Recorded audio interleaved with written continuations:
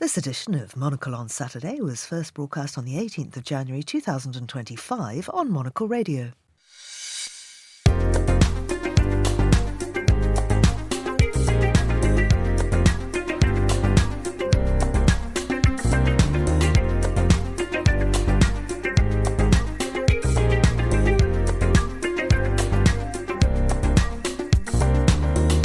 Hello, I'm Georgina Godwin, broadcasting to you live from Midori House in London. This is Monocle on Saturday. Coming up on today's programme, we'll have a look through the week's news and culture with author and political analyst Charles Hecker. What do you have for us, Charles? Georgina, good morning. We're going to be looking at the start of the ceasefire in Gaza, which is just hours away. We're going to be looking at the ban on TikTok, also starting just hours away. Navalny's lawyers have been thrown in jail in Russia. And then finally, we'll see how is the Washington restaurant scene going to change following the Trump inauguration. And we're going to catch up with a lion of literature, Peter Florence, who co-founded the Hay Festival, and we'll find out all about his exciting new projects. That's all ahead here on Monocle on Saturday with me, Georgina Godwin. First, though, here's the news.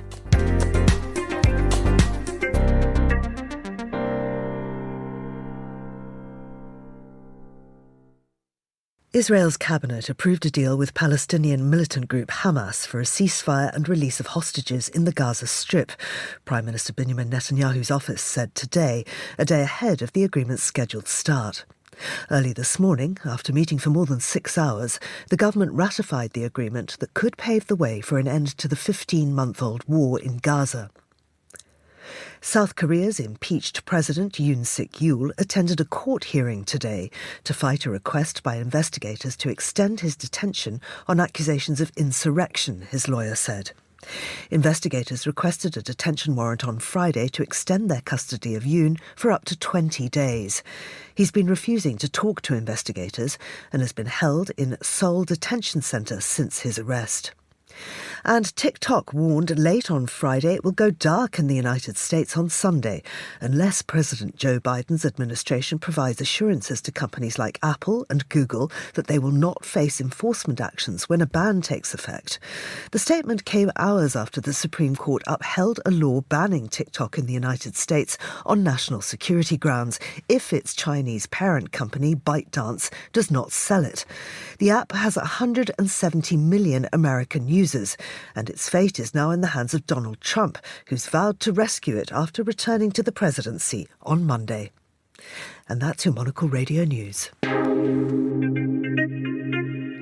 Hello, and welcome to you too, Charles Hecker. Good morning, Georgina. It's a pleasure to be here. Now, Charles, as listeners may know, is the author of a new book called Zero Sum, and he's also the current guest on Meet the Writers. We change our guest every week. He's the one on the show right now. Charles, it was so lovely to finally sit down with you and talk about not just the book, but your life too. Yeah, Georgina, it was an interesting experience because I am growing accustomed to talking about the book, but I'm less accustomed to talking about myself. It was a great honor to join you and Steph and to talk about writing and about books and about all the things that I did before I wrote the book.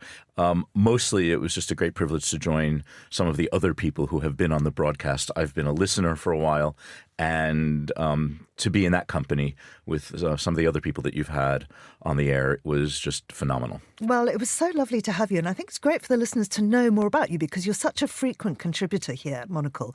We really rely on you for your political expertise, and it's just been great to sort of find out the man behind the analyst, if you like. Well, we all have backstories, and you know, we bring all of that into the studio when we work. We bring all of that into the book.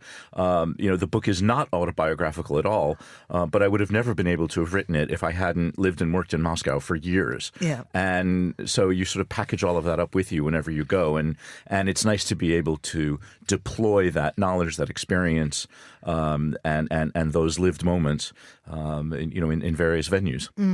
Well, the next guest on Meet the Writers, which airs the premiere airing of it is tomorrow at noon London time, is Carol Phillips, who's the Booker nominee writer originally from St Kitts, but grew up in Leeds and now teaches at Yale. Amazing writer, and had such a wonderful conversation with him. So that's coming up.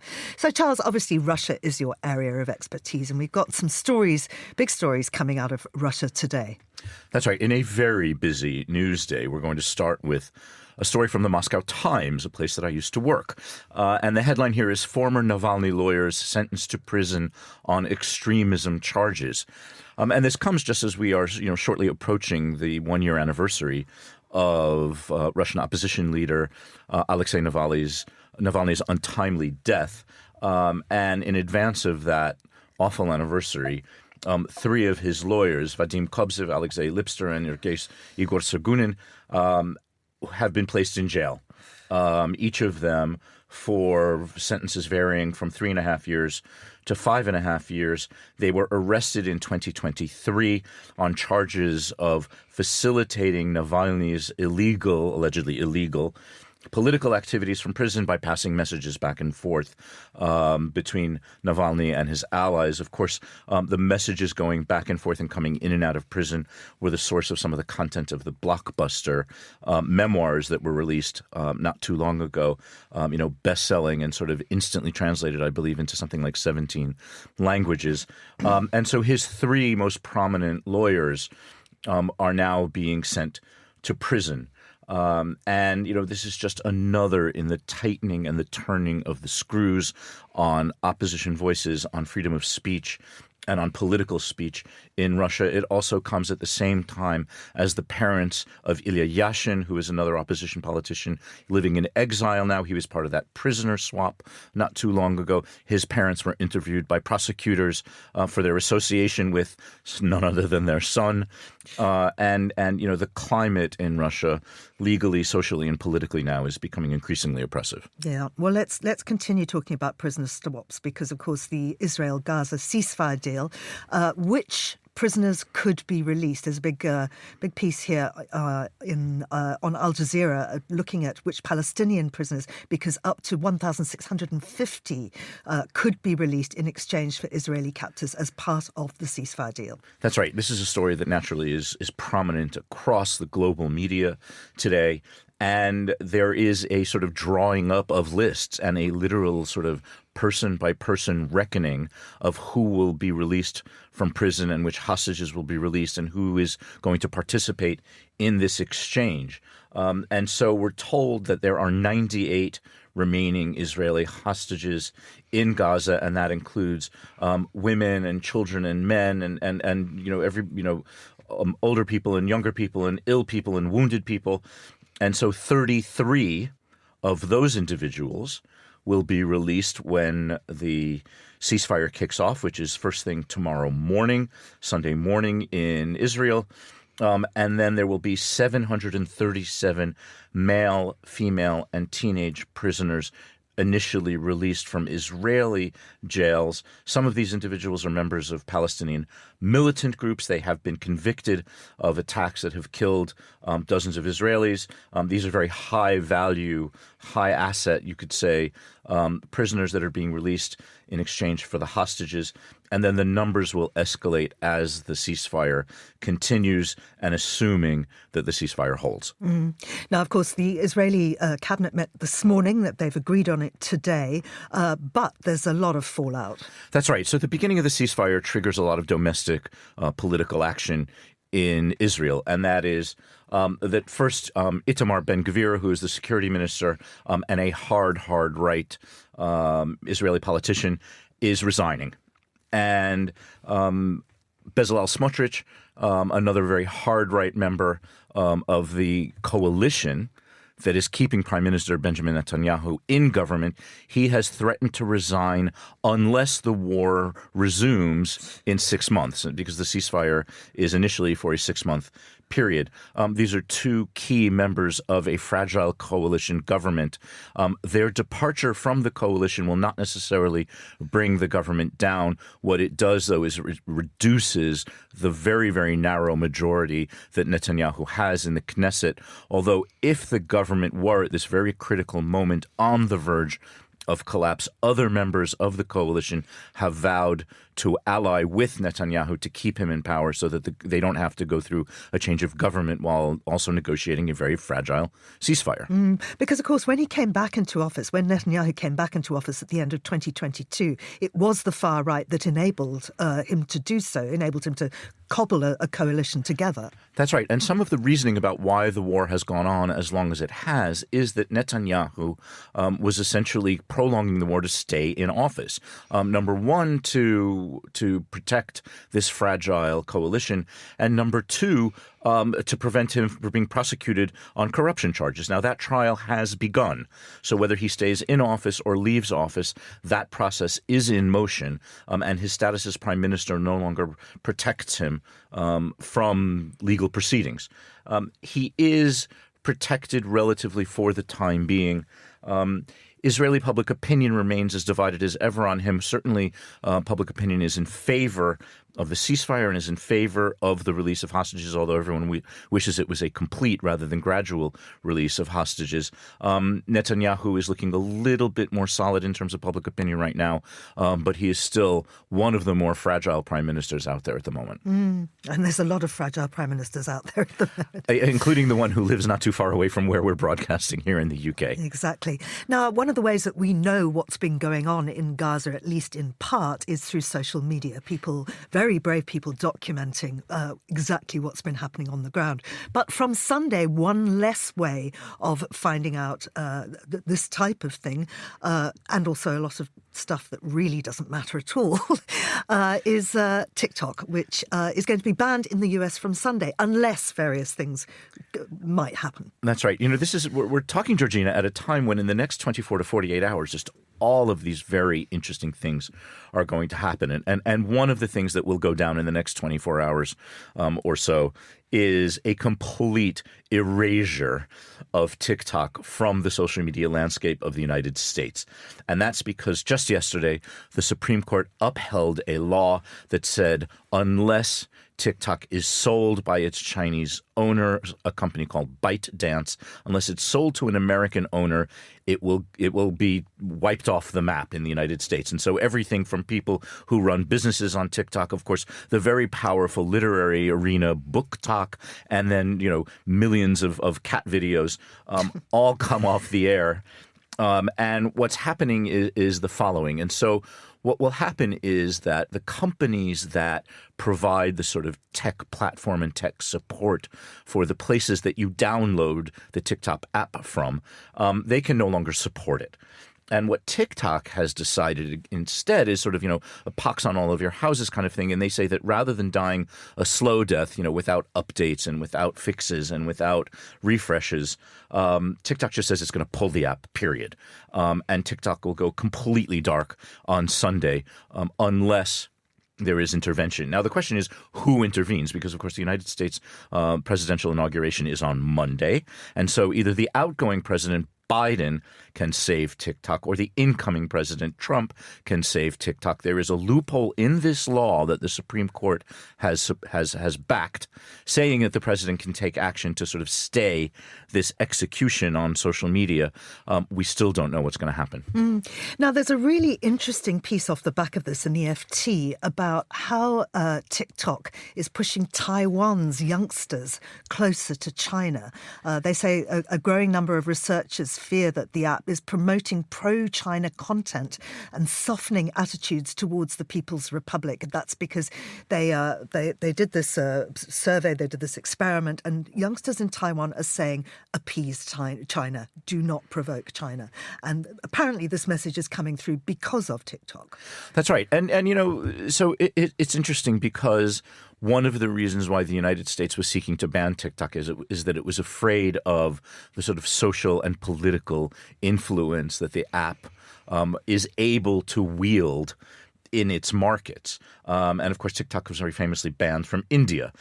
And so to see that TikTok is influencing the attitudes of younger Taiwanese towards a sort of more favorable disposition towards China is really just testimony to the power of social media, and also testimony to the dynamic of generational attitudes and how younger people seem less bothered by a lot of the issues that are troubling an older generation that happens to be in political power at the moment. The other sort of peak of irony moment in the United States about all this, and this is covered also in other newspapers that we'll be looking at across the whole weekend, is that U.S. users who are now called TikTok refugees are downloading a TikTok replacement also owned by China.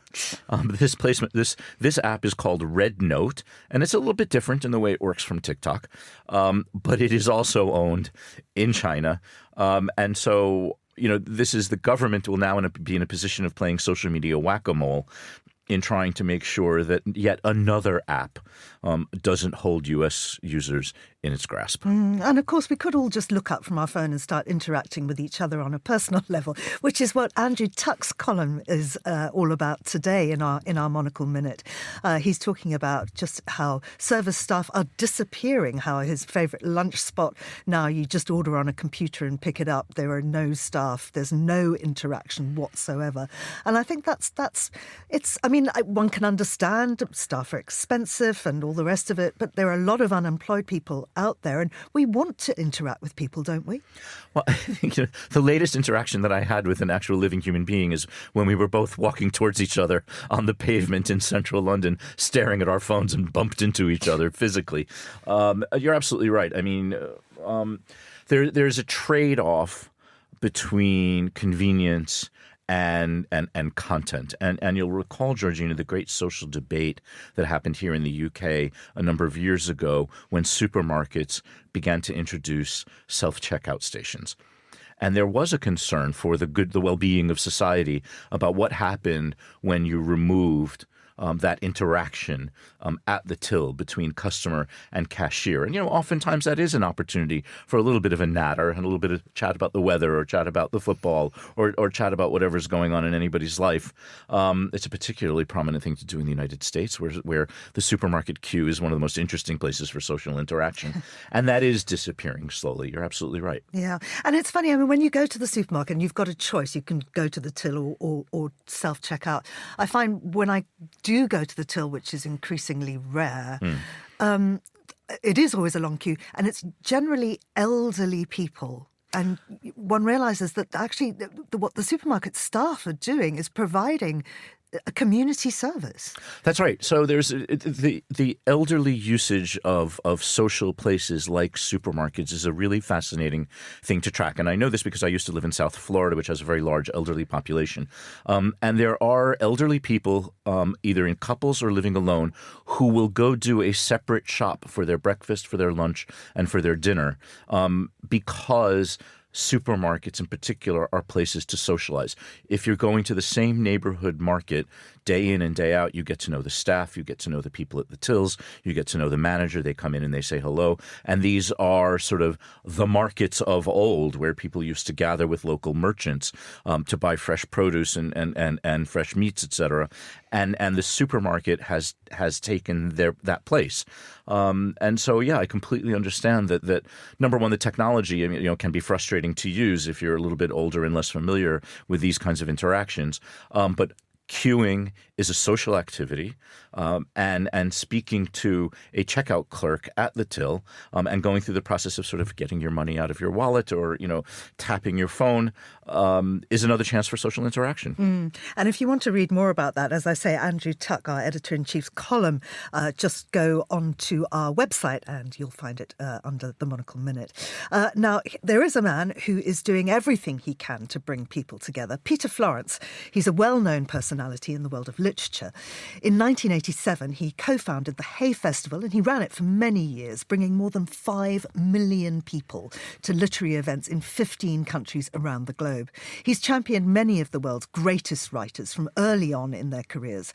He's judged the Booker Prize, he's on the boards of the Bollinger Everyman Woodhouse Prize for comedy writing and the Baillie Gifford Prize for non-fiction. He was awarded a CBE for services to literature and charity in 2018, and now he's begun an exciting new project. Well, I caught up with him earlier and I asked him to tell us about The Conversation, a weekly event which takes place in the storied space of the crypt at St Martin's in the Field. Oh, The Conversation is an idea that came out of a kind of a magical Scandi thing at Reykjavik called the Long Table, where the principle is that the audience is an equal partner in the gig. So you do have an hour of an interview, which is one-on-one interview, which is a familiar format, and then you have an hour where the interviewee meets the public, but not in a Q&A from the floor where there's pressure and all the things about having a microphone that's passed around. They go around the tables where people are sitting and talking about the thing and really meet people face-to-face, one-to-one over, or one-to-four, over a drink and talk. And it turns out that it works. And it's sort of magical, not only because you meet new friends and make new friends, and I'm sort of thrilled by the relationships that have come out of this process already, but also because you get a sense of, this is my story, tell me yours. And almost all writers are voracious researchers and material gatherers from wherever they can get stories. And we've tried it, 7 or 8 times now, and every time it's worked slightly differently, and there's been a different experience for the audience. So you're not coming to something that's absolutely set, you're coming to something that's fluid, and you're actually joining in making it up as we go, which I love. And, the one we've got coming up on the 28th of February is one of my greatest literary heroes, Robert Macfarlane, who I'm sort of giddy with admiration for what he does.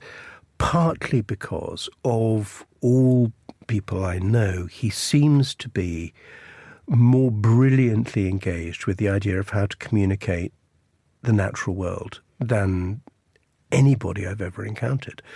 So his book Underland was just the most magical non-fiction book of my lifetime, I think. The Old Ways and his books about mountains and walking are extraordinary. And he's just publishing this year a book about rivers, which are the absolute crisis of contemporary life, which isn't properly seen. So I'm thrilled by the idea that you can have a series of events which, yes, are about writing, but are also about things, about big ideas, with people who can communicate them really well. And, we go on to look at PTSD and political trouble and all sorts of world crises alongside the joy of having people like Maggie Adair-Pocock and Bethany Hughes celebrating the sheer wonder of the world, because it can seem a bit grim if you only look at the world's biggest problems. So the idea, I think, is come along, please, if you can, enjoy it, come and try it, see how it feels. But it's an evening of two halves. And actually, the idea of sitting around and making new friends and meeting people is a really attractive one. Absolutely. I want to talk to you about something else that you're involved with. You and I both travel a lot to festivals all over the world, and of course with that comes some kind of guilt and responsibility for environmental destruction. European Festivals Forests, though, is something that you're involved in. Tell us about that. Oh, my festivals partner, Talma Brueggemann of the Wonderfield Festival, which is an extraordinary music festival in the Netherlands, which happens in a nature reserve, were tasked with coming up with a practically and affordably viable project for festivals to engage with climate action. And once you've tried to manage your waste and your suppliers and banned plastic and changed your energy supply, the thing that was missing was mitigation. So we came up with a carbon capture project, which allows festivals from across the whole of Europe to gather together to plant trees en masse in Iceland. And in Iceland, because A, there is sort of relatively unlimited space there. You're not crashing into anybody's arable or livestock farming plans. You're repurposing land that's available because of glaciation melt. And also because they've got this incredible forestry service who are really on it in terms of afforestation of land. And they've had their 1.5 degrees decades ago. You know, Iceland saw climate change happening in the mid-20th century and started to plant trees. So they're very good at it. The unit cost is very low. So for €6, you can sequester a ton of carbon by planting trees, which over 30 years give this return. For €2, you can plant a tree and the Icelandic government match your investment with the scarification and the land management, the forest management of the forest. So we've got hectares and hectares and hectares of forests already planted over the last 2 years. And festival goers from Reykjavik to Armenia who have tracked the trees that they've planted and can see them online. So it's a really moving and, I think, very simple way. We don't tend to use the word offsetting because it suggests that it is okay to fly. It's not okay to fly. It's okay to do as little irresponsible travelling as you can, but also, when you have to try and mitigate it, because there is a carbon cost to everything. And trying to embed that into people's practice is really what it's about. That's Peter Florence there, and you can head to the website for The Conversation at St Martin's in the Field to find out more about his event. It really does seem to me it's a bit like sort of literary blind dates. You just go and sit at a table and it just depends who else is at the table. A wonderful way to meet people. And actually, I'll be in conversation at that event with the Booker Prize winner Paul Lynch in mid-March, I think. And you can also contribute to European Festival Forest through their website. Now, Charles Hecker, who's still with me, that is something I am going to have to do because I am setting off next week on an extraordinary festival journey. I'm very jealous. And I just wanted to tell you about it because, in fact, I will be I'll be doing regular sort of updates on my trip. So this is in my role as a international festival chair. As you know, I chair at lots of festivals all around the world. But this particular tour is slightly different because I'm also going with my brother, who's written a book, Exit Wounds, in which I appear. So some of the sessions we'll be doing together, which will be quite fun. And it's also, sometimes these, foreign festivals can get a bit lonely. So it's lovely to have somebody with me. So we'll start in Calcutta on Tuesday. Then we go off, and I'll also be talking about politics there with Dan Morrison and some Indian journalists will be speaking about different elections. The US election, obviously, because the inauguration will have just taken place. I'll be speaking about the British election and how that was covered here. Then we go on to Jaipur, which is everybody says it's the grandest literary festival in the world. The world's largest, isn't it? Yeah. And it is the most amazing place. Jaipur, the pink city, an architectural wonder. I'll be talking about food there, flavours across borders with lots of Indian food writers from Sri Lanka and so on. I'll be doing a big piece with Namita Gokhale, Ravi Singh and Lucy Caldwell. That's all about sort of different forms of writing, from long novels to short stories to flash fiction and so on, which is all going to be quite fun. Then we go to Galle in Sri Lanka and lots of sessions there with various different people. Lots of fabulous people coming to these things. So David Hare is one of the writers that will be there, an old friend. So that will be wonderful to catch up with him and various other people. Then on to Bali, where there isn't actually a festival, but I will be running some workshops about how people sort of interview technique and various sort of media workshops and so on. And finally to Adelaide in Australia. Lots of wonderful writers there. Michelle de Kretzer, Howard Jacobson, Bettany Hughes. And so I'll be collecting interviews with all of those people in in those places and bringing them back, putting them on Meet the Writers, but also phoning in on my way around to sort of give you updates about these wonderful places and what I see and who I meet and what I experience in those places, I think. Georgina, you threw in the stop off in Bali just to really sort of twist the knife a little bit. This sounds so enriching. It sounds so exhausting. It sounds just fantastic. I'll miss you in the studio here. Can't wait for you to come back already. And I will be following your every move on social media. That's right. I'm going to document it on Instagram. I've got to sort of find out how to do that properly, though, because I'm not very good at it. But we'll make a social media star out of you yet. Not on TikTok, though. And of course, all of these festivals very much influenced by what is happening on Monday. And we all know. I mean, I think we may be looking back at this in years to come saying this was the day the world changed. Yeah, that's right. I mean, what a pivotal, honestly, just what a pivotal 48 hours coming up in the world. And of course, the elephant in the room that we're going to finally discuss is the Trump inauguration taking place on Monday, January 20th in Washington, D.C. This time, for the first time since the 1980s, taking place indoors. There is a bitter cold snap coming towards Washington, D.C., and actually parts of the United States will have, in Celsius at least, sub-zero temperatures. And it's the first time that the inauguration will be held indoors since a similar cold snap struck Washington during the second inauguration, I believe, of the Reagan presidency. And, Georgina, in the coverage of the upcoming events, one of the things that we've noticed is this conveniently removes one of the more controversial issues surrounding every inauguration, and that's crowd size.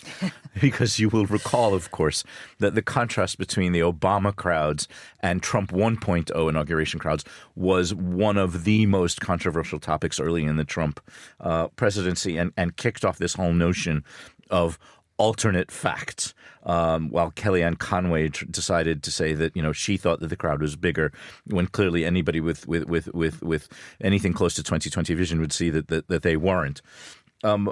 We're looking at a story, though, in the New York Times right now that in addition to all of the sort of the high-flying politics that's going to take place in Washington, the Washington restaurant scene is going to be adapting to the Trump administration. And there's this just extremely colorful story in the New York Times that opens with a vignette taking place in a restaurant called Immigrant Food. And we know that immigration is one of President Trump's largest sort of bête noirs. And he will be threatening to clear out immigrants initially with a raid on illegal immigrants in Chicago in the very opening days of his presidency. And so Immigrant Food, which is a sort of advocacy through cuisine kind of place, is going to have to rename one of its dishes because it's called the Madam Vice President. And so that is a turmeric rice and coconut curry chicken that will now be called the Heritage Bowl. For diners at Immigrant Food. But by and large, I think we're going to see a return in Washington to big dining and, to steaks and to martinis and to big, bold red wines. One thing that we won't see in Washington, D.C., and the New York Times, very tongue-in-cheek, points out that Supreme Court Justice Brett Kavanaugh was heckled at a restaurant in 2022 after he voted to overturn Roe versus Wade. And there was a manager at a place called Booker's Saloon on Capitol Hill who was fired after telling Washingtonian magazine that she would refuse to serve anyone from the Trump administration. It also points out that MAGA hats will not be allowed anywhere, but that's just because baseball caps indoors at a restaurant is bad form. It's a bad look to be wearing any kind of headwear indoors, and those bright red hats with the fat white lettering on the fronts are the ones that stand out the most. Yeah, live and let eat, I think, exactly is the message to take from that. Charles, thank you very much indeed. I will be back on this programme in about 6 or 7 weeks. Oof. Bon voyage, Georgina. Bon voyage. Thank you very much indeed. That's all for today's edition of Monocle on Saturday. Many thanks to our producer, Desiree Bandley, and our studio engineer, Steph Chungu. Of course, thanks to my guest, Charles Hecker, and to Peter Florence. And Monocle on Saturday will return next weekend with Emma Nelson. I'm Georgina Godwin. Thank you for listening.